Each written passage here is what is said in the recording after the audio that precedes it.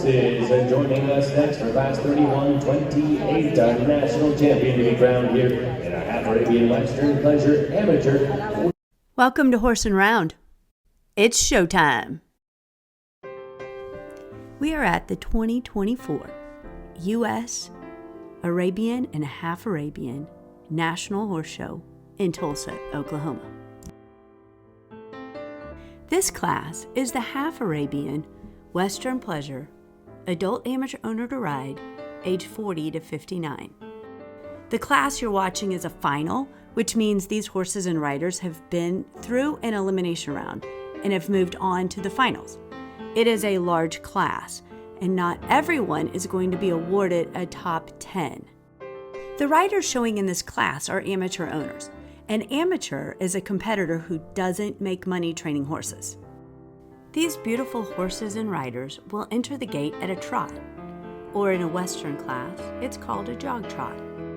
A jog trot is a 2-beat diagonal gait, which means that their opposite legs move in tandem. This gait is to be free, square, slow, and easy. As we watch these amazing animals, how about I tell you a bit about the Half Arabian? Half Arabians have one parent that is a registered Arabian. The other parent can be any breed. In the Western disciplines, predominantly the Arabian parent will have been crossed with a quarter type horse, as opposed to the English discipline, where Arabians tend to be crossed with saddlebred type horses, or even in the sport horse division, which typically are crossed with warm bloods. In future videos, we will explore Half Arabians in other disciplines.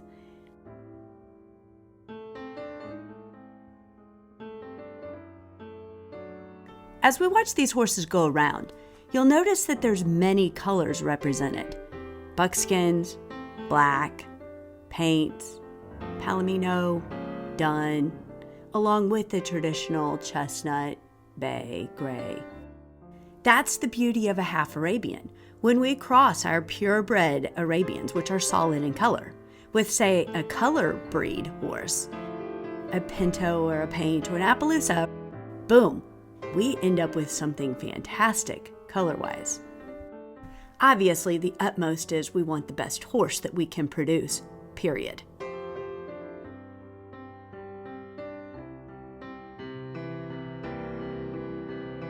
In the amateur class, 3 gaits are performed. We are now at the walk, which is a 4-beat gait. They're supposed to be true, flat-footed, and ground covering. The jog trot is what we entered at. And then now we're ready to pick up the lope, it is called in Western. The lope is a true 3-beat gait, but the lope is smooth, slow, and easy.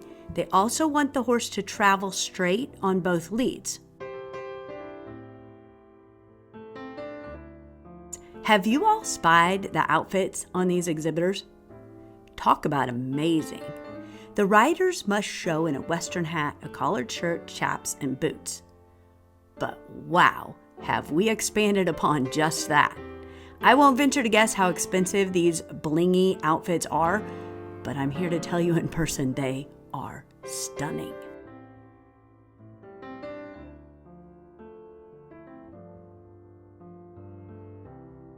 Now the exhibitors reverse and perform all 3 gaits in this direction.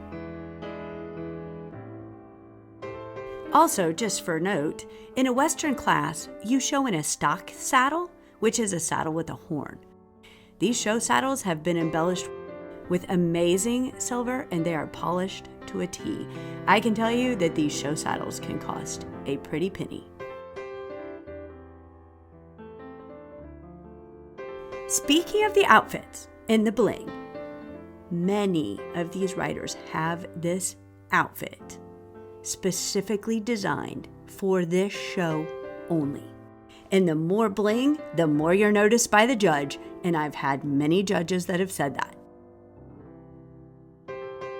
One thing I haven't touched on are the judges. As a competitor, I can tell you, you can't always figure out the judges.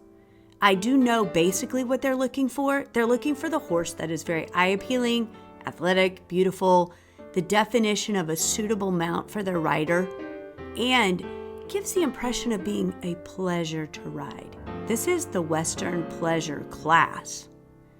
But always remember, it is still a judgment call by each individual judge. That's why they're called a judge. They're going to place their favorite horse accordingly. As you can see, this is a large class, and each person is jockeying for that perfect spot to be seen by the judges. That's why you see some exhibitors against the rail during one part of the class, then closer to the inside during another, or possibly speeding up, slowing down to pass another horse, or move away from the crowd. A perfect example of this is this pinto in the corner. See how she rides her pinto up against the rail for the entire turn. She lets the pack of horses on the inside pass. She takes a deep turn into the corner, and as she emerges, she's positioned herself to make an individual pass in front of the judges. Additionally, the timing couldn't be better since this is her last pass before they line up. Our placings in this class are going to be a top 10, and then from that top 10, the judges will choose a reserve national champion and a national champion. In true cowboy fashion, the men remove their hats in honor of the ladies as the judges make their final pass by each exhibitor.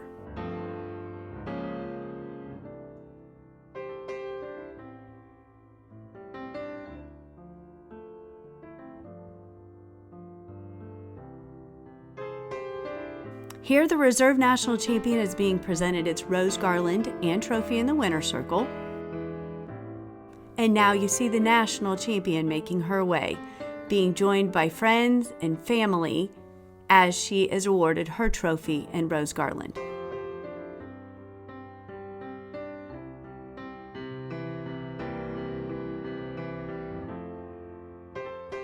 Now let's watch as each horse makes their individual pass for the top 10. How about y'all leave me a comment? Let me know if you want to see more of this type of content. If y'all could do me a favor and hit the like button, hit the subscribe button, and tell your friends and family about this, that would be awesome. Thanks for watching.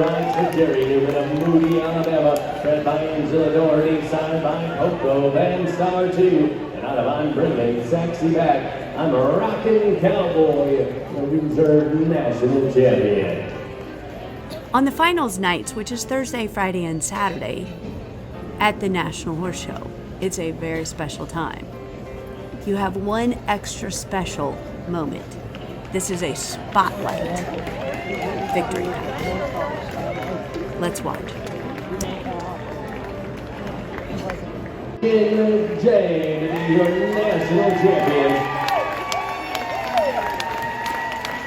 By Cowgirls J and on a pistol, blue persuasion, Larry Jerome, the breeder of this one, Jin J and Holly Conacher, our national champion.